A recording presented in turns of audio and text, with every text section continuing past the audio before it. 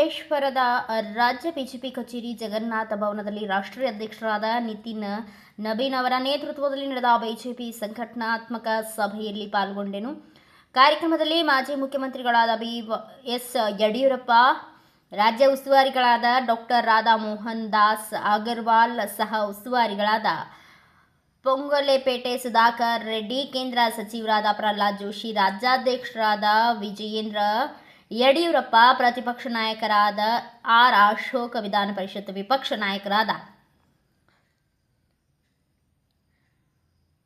ಚಲವಾದಿ ನಾರಾಯಣಸ್ವಾಮಿ, ಸಂಸದರು, ಶಾಸಕರು, ವಿಧಾನ ಪರಿಷತ್ ಸದಸ್ಯರು, ರಾಜ್ಯ ಪದಾಧಿಕಾರಿಗಳು ಮತ್ತು ಪ್ರಮುಖರು ಉಪಸ್ಥಿತರಿದ್ದರು.